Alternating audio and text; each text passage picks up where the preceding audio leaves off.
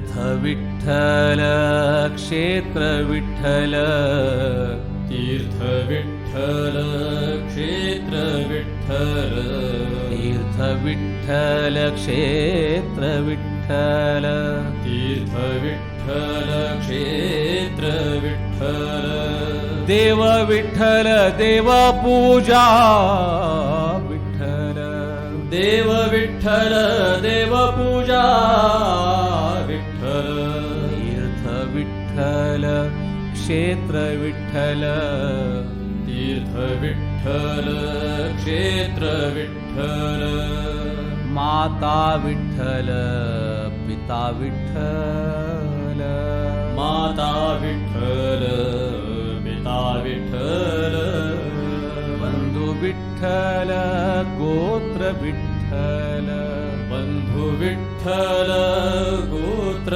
विठ्ठल तीर्थ विठ्ठल क्षेत्र विठ्ठल तीर्थ विठ्ठल क्षेत्र विठ्ठल गुरु विठ्ठल गुरुदेवता विठ्ठल गुरु विठ्ठल गुरुदेवता विठ्ठल गुरु विठ्ठल गुरुदेवता विठ्ठल गुरु विठ्ठल गुरुदेवता विठ्ठल निधान विठ्ठल निरंतर विठ्ठल निधान विठ्ठल निरंतर विठ्ठल तीर्थ विठ्ठल क्षेत्र विठ्ठल तीर्थ विठ्ठल क्षेत्र विठ्ठल नामा म्हणे माझा विठ्ठल सापडला नामा म्हणे माझा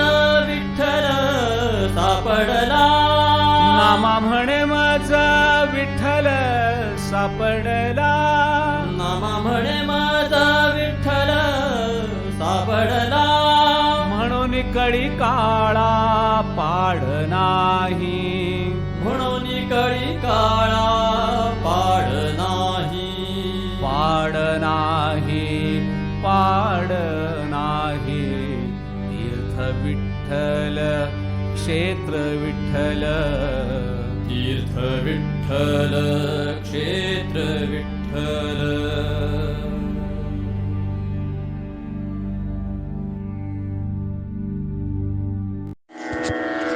शुक्लांबरधरं विष्णुं शशिवर्णं चतुर्भुजं प्रसन्नवदनं ध्यायेत् सर्वविघ्नोपशान्तये अगजाननपद्मार्कं गजाननमहर्निशम् अनेकदन्तं भक्तानां एकदन्तमुपास्महे परित्राणाय साधूनां विनाशाय च दुष्कृतां धर्मसंस्थापनार्थाय सम्भवामि युगे युगे अनन्याश्चिन्तयन्तो मां ये जनाः पर्युपासते तेषां नित्याभियुक्तानां योगक्षेमं वहाम्यहं कर्मण्येवाधिकारस्ते मा फलेषु कदाचन मा कर्मफलहेतुर्भूः मा ते संगोऽस्त्वकर्मणि सर्वधर्मान् परित्यज्य मामेकं शरणं व्रज अहं त्वा सर्वपापेभ्यो मोक्षयिष्यामि मा शुचः।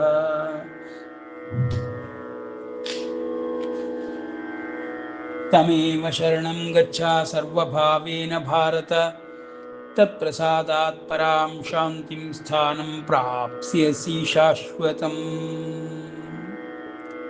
अम्ब त्वामनुसन्ददामि भगवद्गीते ಭವದ್ವೇಷಿಣಿ. ಇದುವರೆಗೆ ನಾವು ಭಗವದ್ಗೀತಾ ಜ್ಞಾನ ಅಭ್ಯಾಸದ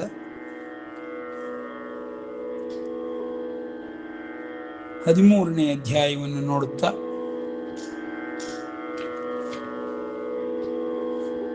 ಹತ್ತು 11 ಶ್ಲೋಕಗಳನ್ನು ಕಲಿತುಕೊಳ್ಳುತ್ತಿದ್ದೇವೆ.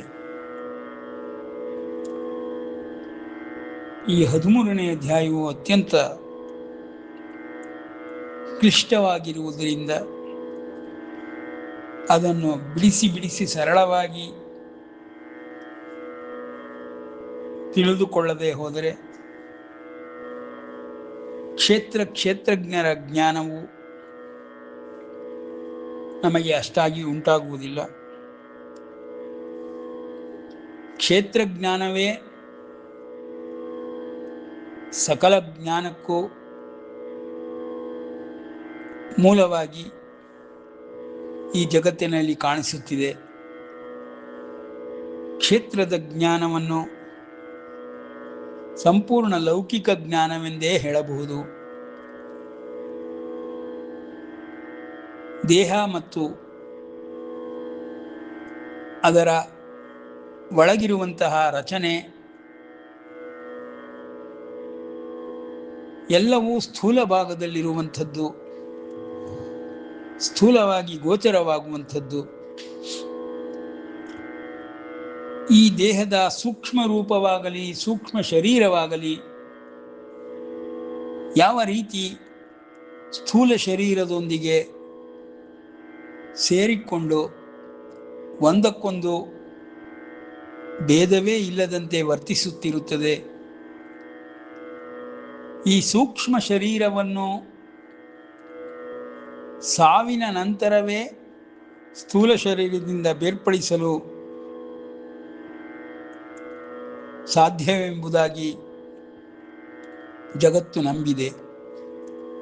ಆದರೆ ಭಗವಂತನು ಹೇಳುತ್ತಿರುವಂತಹ 16 ಅಧ್ಯಾಯಗಳಿಂದ ತಿಳಿಸಿದ ಕ್ಷೇತ್ರಜ್ಞನ ಪರಿಚಯವನ್ನು ಇನ್ನೂ ವಿಶದವಾಗಿ ತಿಳಿದುಕೊಳ್ಳಲು ಸುಗ ಕ್ಷೇತ್ರದ ಪರಿಚಯವನ್ನು ಕ್ಷೇತ್ರಜ್ಞನಂತೆಯೇ ತಿಳಿದುಕೊಳ್ಳಬೇಕಾಗುತ್ತದೆ. ಈ ಕ್ಷೇತ್ರದ ಪರಿಚಯವನ್ನು ಕೊಡುವಾಗ ಕ್ಷೇತ್ರಜ್ಞನಾಗಿ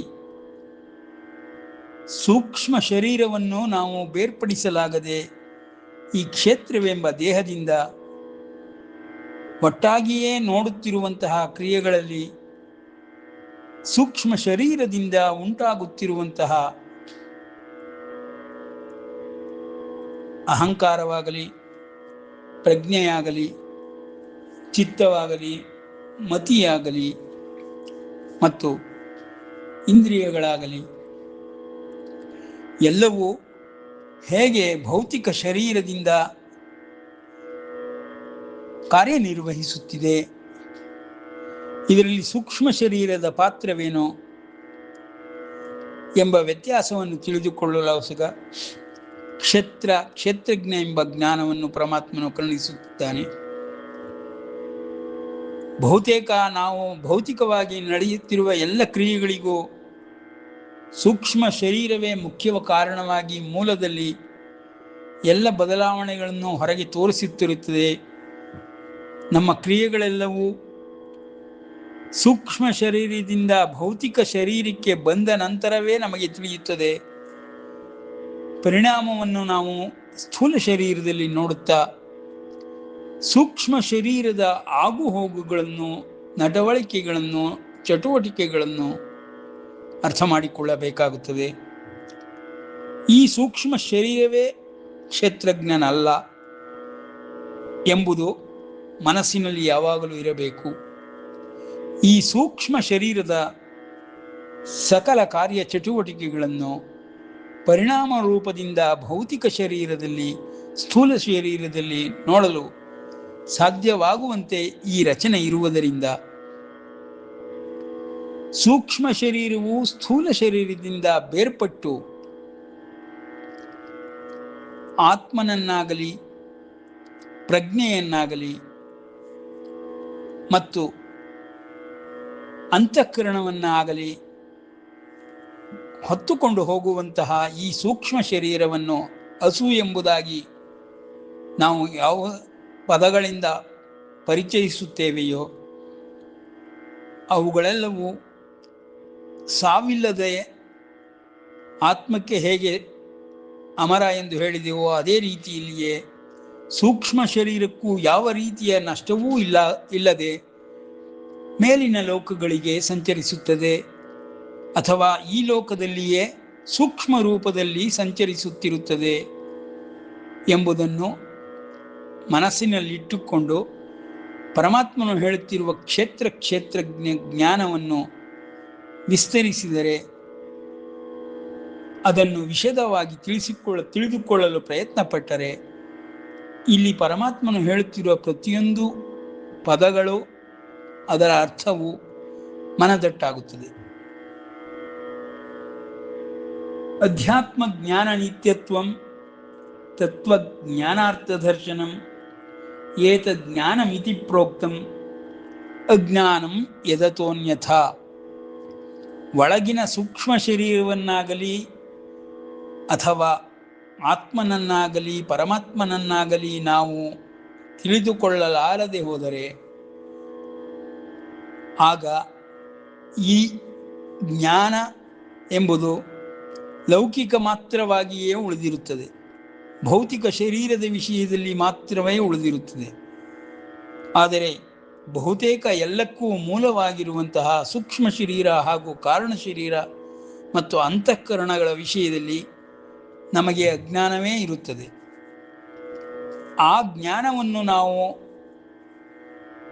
ಒಳಹೊಕ್ಕು ಧ್ಯಾನಾದಿಗಳಿಂದ ತಿಳಿದುಕೊಂಡಾಗ ಈ ಭೌತಿಕ ಶರೀರವು ಕೇವಲ ಪರಿಣಾಮ ಮಾತ್ರವನ್ನು ತೋರಿಸುವಂತಹ ಒಳಗಿನ ಚಟುವಟಿಕೆಗಳು ಎಂಬುದಾಗಿ ಕಾಣಸಿಗುತ್ತದೆ. ಇದಕ್ಕೆ ಉದಾಹರಣೆಯಾಗಿ ಲೌಕಿಕವಾಗಿ ಯಾವುದೂ ಕೊಡಲು ಸಾಧ್ಯವಾಗದಿದ್ದರೂ ಇಂದಿನ ಕಾಲದಲ್ಲಿ ಕಂಪ್ಯೂಟರ್ ಗಣಕಯಂತ್ರಗಳು ಬಂದಿರುವುದರಿಂದ ಅದನ್ನು ನೋಡುವುದರಿಂದ ಒಳಗೆ ನಡೆಯುವಂತಹ ಯಾವ ಪ್ರಕ್ರಿಯೆಗಳಿದೆಯೋ ಆ ಪ್ರಕ್ರಿಯೆಗಳು ಹೊರಗಿನ ಯಾವ ಒಂದು ಕಂಪ್ಯೂಟರ್ ಪರದೆಯ ಮೇಲೆ ತೋರಿಸುತ್ತದೆಯೋ ಅವುಗಳನ್ನಷ್ಟೇ ನಾವು ಅರ್ಥ ಮಾಡಿಕೊಳ್ಳಬಲ್ಲವೇ ಹೊರತು ಒಳಗೆ ನಡೆಯುತ್ತಿರುವುದೆಲ್ಲವನ್ನೂ ನಾವು ಅರ್ಥ ಮಾಡಿಕೊಳ್ಳಲು ಸಾಧ್ಯವಾಗುವುದಿಲ್ಲ.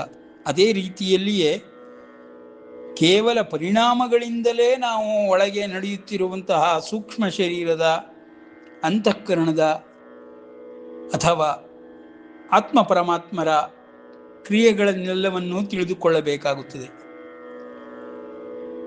ಹೀಗೆ ನಿಯಂತ್ರಣ ಶಕ್ತಿ ಒಳಗಿರುತ್ತದೆ. ಅದಕ್ಕೂ ಕಾರಣ ಮತ್ತು ಸೂಕ್ಷ್ಮ ಶರೀರಗಳಿರುತ್ತದೆ. ಈ ಕಾರಣ ಸೂಕ್ಷ್ಮ ಶರೀರಗಳು ಭೌತಿಕ ಶರೀರದಂತೆಯೇ ವರ್ತಿಸುತ್ತಿರುತ್ತದೆ.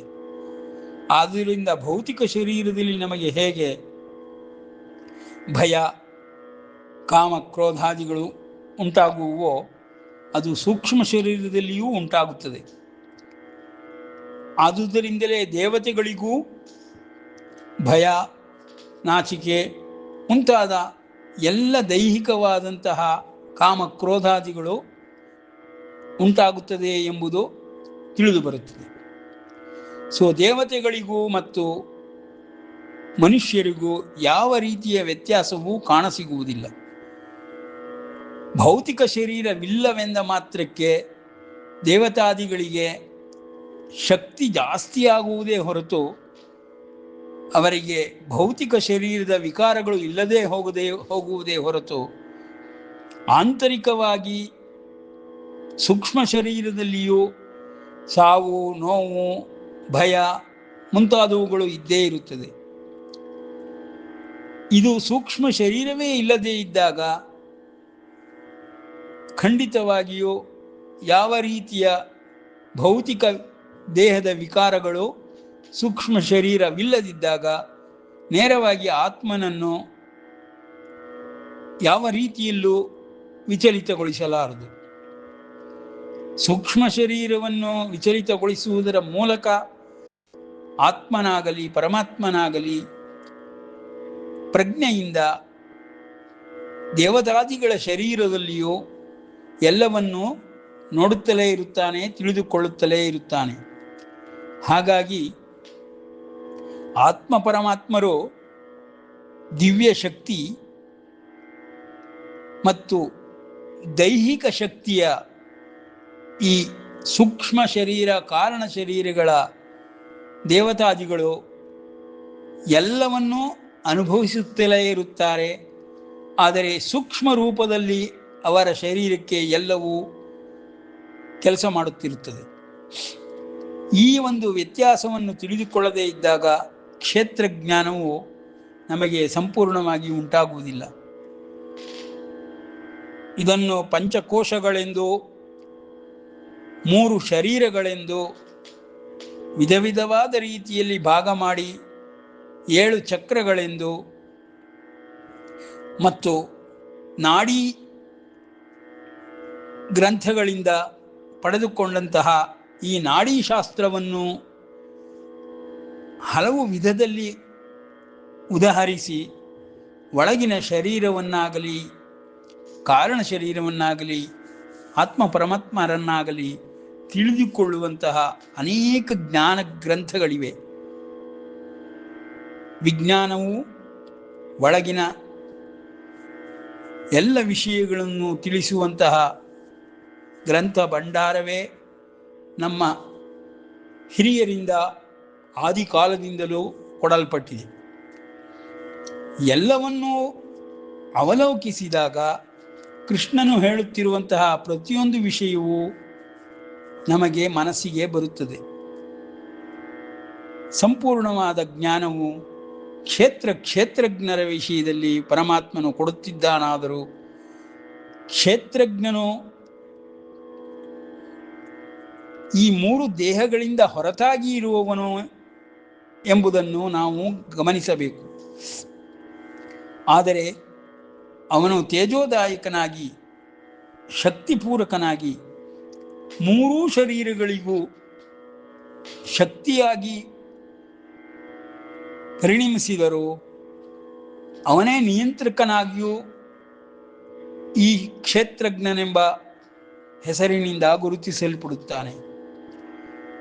ಆ ಕ್ಷೇತ್ರಜ್ಞನು ಸಕಲವನ್ನು ನಿಯಂತ್ರಿಸುತ್ತಿರುವುದಾಗಿಯೂ ಅವನನ್ನು ಹೊಂದುವ ಬಗೆ ಮತ್ತು ಪಡೆಯುವ ಬಗೆಯನ್ನು ವಿವರವಾಗಿ ಕೊಡುತ್ತಾ, ಕ್ಷೇತ್ರಜ್ಞನ ಹೊರತಾಗಿ ಈ ಕ್ಷೇತ್ರವು ಕಾರ್ಯನಿರ್ವಹಿಸುವುದಿಲ್ಲ ಎಂಬ ದಿವ್ಯ ಸಂದೇಶವನ್ನು ಕೊಡುತ್ತಿದ್ದಾನೆ. ಹಾಗಾಗಿ ದೇವತಾದಿ ಲೋಕಗಳಲ್ಲಿ ನಡೆಯುವಂತಹ ಎಲ್ಲ ವಿಷಯಗಳನ್ನು ಋಷಿಮುನಿಗಳು, ದ್ರಷ್ಟಾರರು ನೋಡಿ ನಮಗೆ ಬರೆದು ಕೊಟ್ಟಿರುವುದರಿಂದ ಆ ಒಂದು ವಿಶೇಷ ದಿವ್ಯ ಲೋಕದ ಜ್ಞಾನವು ಉಂಟಾಗಿರುತ್ತದೆ. ಇಲ್ಲವಾದರೆ ದೇವತೆಗಳಿಗೂ ಸಾವುಂಟು ಎಂಬುದು ನಾವು ಹೇಗೆ ತಿಳಿದುಕೊಳ್ಳುವುದು, ಖಚಿತಪಡಿಸಿಕೊಳ್ಳುವುದು? ದೇವತೆಗಳಿಗೆ ಸಾವು ಉಂಟಾಗುವುದಾದರೆ ಯಾವ ಶರೀರಕ್ಕೆ ಸಾವು ಉಂಟಾಗುತ್ತದೆ? ದೇವತೆಗಳಿಗೆ ಅವಯವಗಳು ಎಲ್ಲವೂ, ಆಭರಣಗಳು ಎಲ್ಲವೂ ಇರುವುದಾದರೆ ಅದು ಯಾವ ಶರೀರಕ್ಕೆ ಇರುತ್ತದೆ?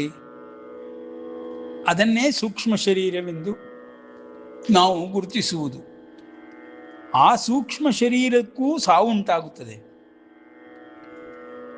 ಅದನ್ನು ನಾವು ಗಣೇಶನ ಚರಿತ್ರೆಯಲ್ಲಾಗಲಿ, ಕಾಮದಹನದ ವಿಷಯದಲ್ಲಾಗಲಿ ತಿಳಿದುಕೊಳ್ಳಬಹುದು.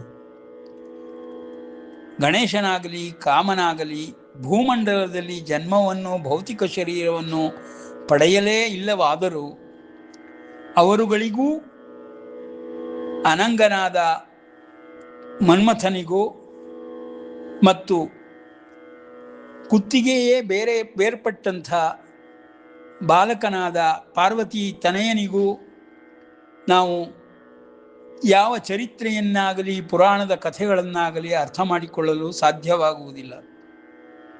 ಹಾಗಾಗಿ ಭೌತಿಕ ಶರೀರವನ್ನು ಬಿಟ್ಟರೂ ನಮಗೆ ಸೂಕ್ಷ್ಮ ಶರೀರವೆಂಬುದು ಇದ್ದೇ ಇರುತ್ತದೆ. ಅದರ ಸಹಾಯದಿಂದಲೇ ದೇವತಾದಿಗಳಾಗಲಿ, ಪಿತೃದೇವತಾದಿಗಳಾಗಲಿ ಬದುಕುತ್ತಿರುತ್ತಾರೆ. ಅವರವರ ಲೋಕಗಳಲ್ಲಿ ಅವರುಗಳು ಇದ್ದೇ ಇರುತ್ತಾರೆ.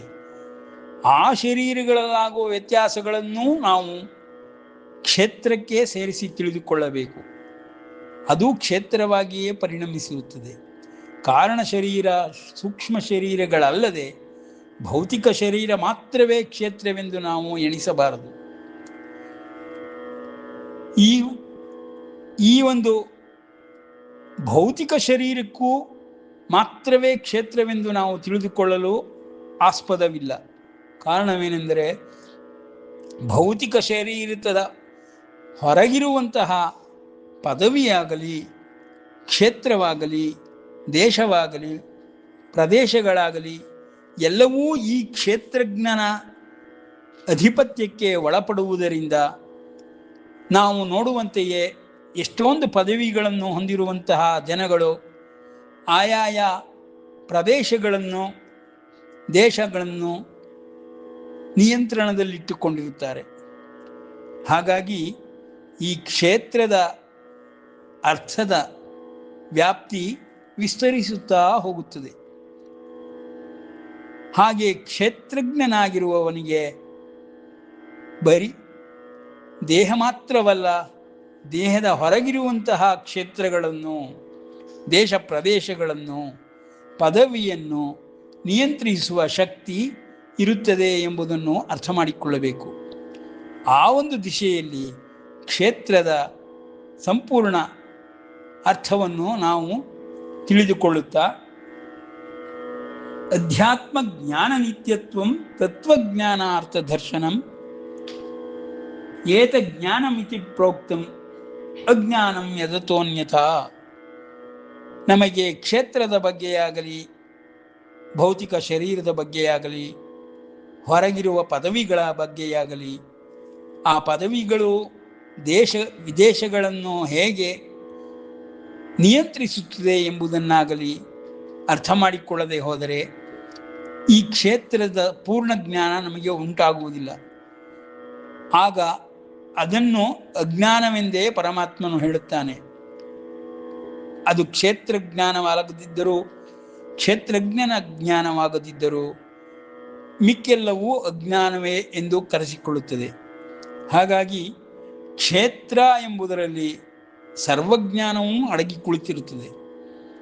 ಮತ್ತು ಕ್ಷೇತ್ರಜ್ಞನ ವಿಷಯದಲ್ಲೂ 12 ಅಧ್ಯಾಯಗಳಿಂದ ಪರಮಾತ್ಮನು ಕೊಟ್ಟಿರುವಂತಹ ಜ್ಞಾನವು ಕ್ಷೇತ್ರಜ್ಞ ಜ್ಞಾನದ ಭಾಗಗಳನ್ನಾಗಿ ತಿಳಿದುಕೊಳ್ಳುತ್ತಾ, ಕ್ಷೇತ್ರಜ್ಞಾನವನ್ನು ಲೌಕಿಕ ಜ್ಞಾನವೆಂದು, ಕ್ಷೇತ್ರಜ್ಞ ಜ್ಞಾನವನ್ನು ಅಲೌಕಿಕವೆಂದು,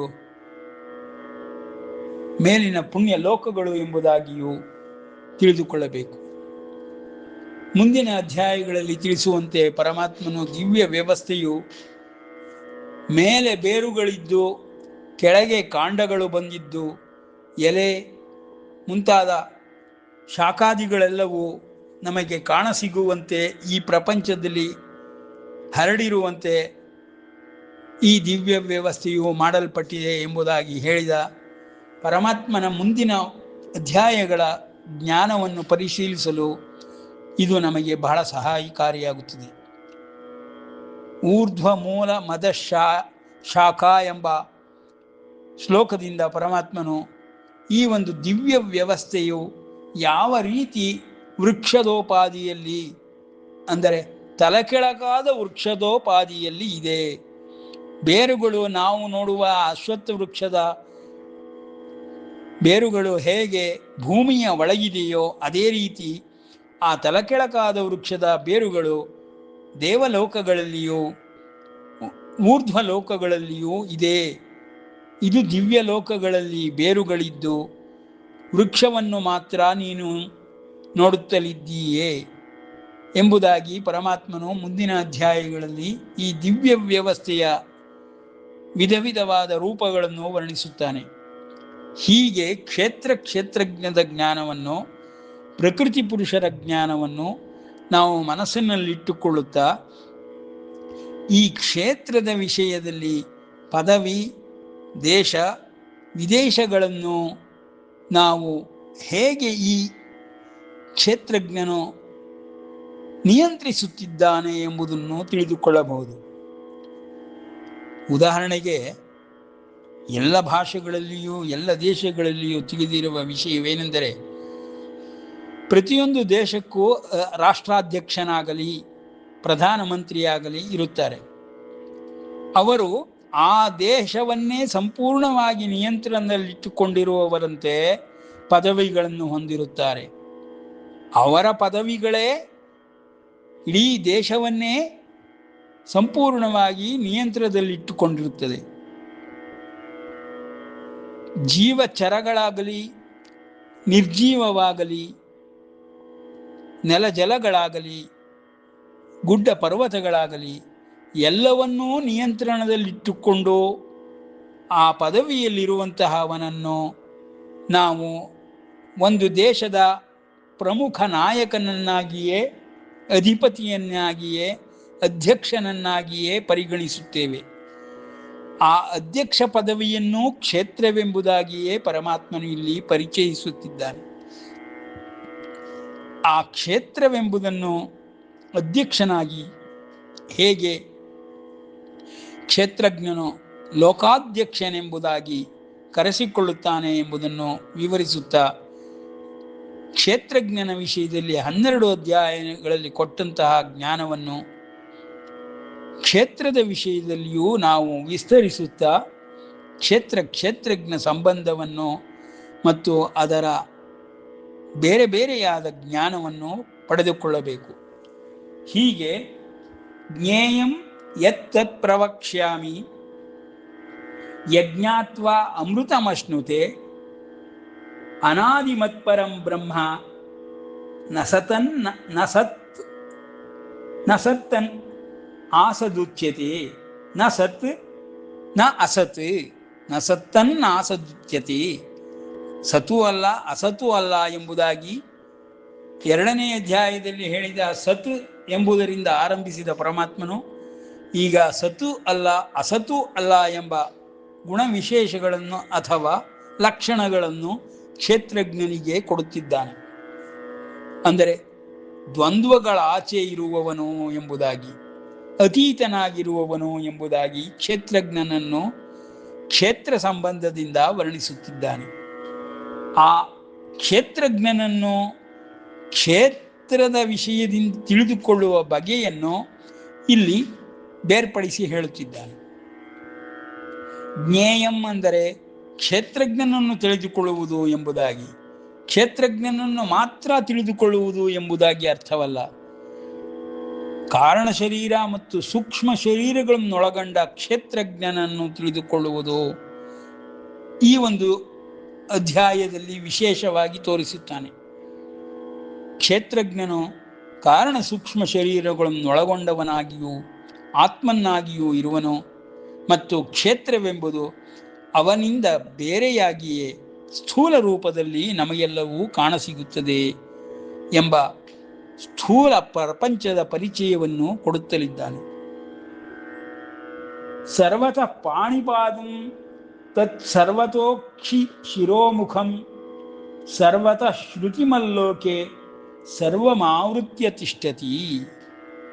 ನಮಗೆ ಕಣ್ಣಿನಿಂದ ಹೇಗೆ ಈ ದೇಹದಿಂದ ಹೊರತಾಗಿರುವ ಈ ಪ್ರಪಂಚವು ಕಾಣುತ್ತದೆಯೋ ಮತ್ತು ಕಿವಿಗಳಿಂದ ಹೇಗೆ ಎಲ್ಲವೂ ಕೇಳಿಸುತ್ತದೆಯೋ ಮತ್ತು ಚರ್ಮದಿಂದ ಹೇಗೆ ಸ್ಪರ್ಶದಿಂದ ತಿಳಿದುಕೊಳ್ಳಬಹುದೋ ಅವೆಲ್ಲವನ್ನು ಈ ಹೊರಗಿನ ಪ್ರಪಂಚವನ್ನು ಸಂಪೂರ್ಣವಾಗಿ ತಿಳಿದುಕೊಳ್ಳಲು ಯಾವ ರೀತಿಯ ರಚನೆ ಇದೆ ಎಂಬುದಾಗಿ ಹೇಳ್ತಾ ಸರ್ವತಃ ಪಾಣಿಪಾದಂಚ ಎಲ್ಲ ರೀತಿಯಲ್ಲೂ ಎಲ್ಲ ಕಡೆಯಲ್ಲಿಯೂ ಪಾಣಿಪಾದಗಳು ಇರುವಂತೆ ಕಾಣುತ್ತದೆ. ಅಂದರೆ ಇದು ಕ್ಷೇತ್ರಜ್ಞನ ವರ್ಣನೆ ವೇದ ಉಪನಿಷತ್ಗಳಲ್ಲಿ ಬಂದ ರೀತಿಯಲ್ಲಿ, ಸೂಕ್ತಗಳಲ್ಲಿ ಬಂದ ರೀತಿಯಲ್ಲಿ, ಪುರುಷ ಸೂಕ್ತದಲ್ಲಿ ಹೇಳುವ ಕಾಲನ ಪರಿಚಯದಂತೆ ಕಾಣುತ್ತದೆ. ಸಹಸ್ರ ಶೀರ್ಷ ಪುರುಷ ಸಹಸ್ರಾಕ್ಷ ಸಹಸ್ರಪಾತ್ ಸಭೂಮಿಂ ವಿಶ್ವತೋ ವೃತ್ವ ಅತ್ಯತಿಷ್ಠ ದಶಾಂಗುಲಂ. ಹೇಗೆ ಅಲ್ಲಿ ಕಾಲಪುರುಷನ ವರ್ಣನೆಯನ್ನು ಕೊಡುತ್ತಾನೋ ಇಲ್ಲಿ ಕ್ಷೇತ್ರಜ್ಞನ ವರ್ಣನೆಯನ್ನು ಅದೇ ರೀತಿಯಲ್ಲಿಯೇ ಮಾಡುತ್ತಾ ನಾವು ನೋಡುತ್ತಿರುವಂತಹ ಈ ಪ್ರಪಂಚವನ್ನು ಹೇಗೆ ಅವನು ಆಕ್ರಮಿಸಿಕೊಂಡಿದ್ದಾನೆ, ಕಣ್ಣಿಗೆ ಕಾಣುವ ಕೈಗಳಿಂದ ಅಲ್ಲದಿದ್ದರೂ, ಉದಾಹರಣೆಗೆ ದೇಶಾಧ್ಯಕ್ಷನಾಗಲಿ ರಾಷ್ಟ್ರಾಧ್ಯಕ್ಷನಾಗಲಿ ಸಂಪೂರ್ಣವಾಗಿ ದೇಶಾದ್ಯಂತ ತನ್ನ ಕೈಕಾಲು ಕಣ್ಣುಗಳನ್ನು ಹರಡಿಕೊಂಡಿರದಿದ್ದರೂ ಅದರ ಮಾತ್ರ ಗುಣದಿಂದಲೇ ಎಲ್ಲವನ್ನೂ ತಿಳಿದುಕೊಳ್ಳುತ್ತಿರುತ್ತಾನೆ, ನಿಯಂತ್ರಣದಲ್ಲಿಟ್ಟುಕೊಳ್ಳುತ್ತಾನೆ.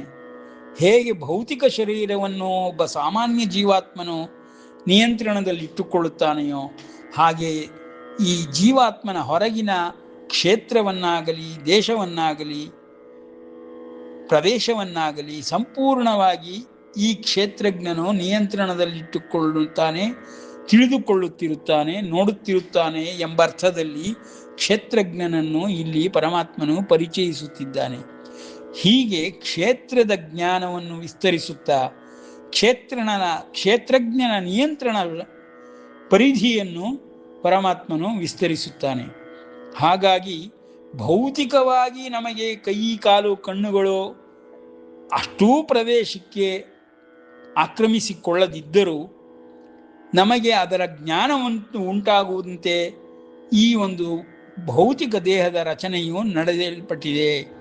ಆ ರೀತಿ ಈ ಭೌತಿಕ ದೇಹವು ಪ್ರತಿಯೊಂದು ಕ್ರಿಯೆಯನ್ನು ನಡೆಸುತ್ತದೆ ಎಂಬುದಾಗಿ ಅತ್ಯಂತ ದೂರದಲ್ಲಿರುವ ನಕ್ಷತ್ರಗಳನ್ನೂ ನೋಡುವಂತಹ ಮತ್ತು ಸೂರ್ಯನಾಗಲಿ ಚಂದ್ರನಾಗಲಿ ನವಗ್ರಹಗಳನ್ನೂ ತಿಳಿದುಕೊಳ್ಳುವಂತಹ ಎಲ್ಲ ಕ್ಷೇತ್ರಗಳನ್ನು ಪಂಚ ಜ್ಞಾನೇಂದ್ರಿಯಗಳಿಂದಲೇ ಗ್ರಹಿಸುವಂತಹ ಈ ಒಂದು ಕ್ಷೇತ್ರಜ್ಞನ ವಿಶೇಷತೆಯನ್ನು ಪರಮಾತ್ಮನು ಸರ್ವತಃ ಪಾಣಿಪಾದಂ ತತ್ಸರ್ವತೋ ಅಕ್ಷಿ ಶಿರೋಮುಖಂ ಎಂಬುದಾಗಿ ವೇದೋಪನಿಷತ್ಗಳಲ್ಲಿ ವರ್ಣಿಸಿರುವಂತೆ ವರ್ಣಿಸುತ್ತಿದ್ದಾನೆ. ಹೀಗೆ ಕ್ಷೇತ್ರಜ್ಞನ ಜ್ಞಾನವನ್ನು ವಿಸ್ತರಿಸುತ್ತಾ ಕ್ಷೇತ್ರವನ್ನು ದಾಟಿ ಹೊರಗೆ ಇರುವಂತಹ ವಿಷಯ ವಸ್ತುಗಳನ್ನು ಎಲ್ಲವನ್ನು ವರ್ಣಿಸುತ್ತಿದ್ದಾನೆ ಎಂಬಲ್ಲಿಗೆ ವಿರಮಿಸೋಣ. ಶ್ರೀಕೃಷ್ಣಾರ್ಪಣಮಸ್ತು.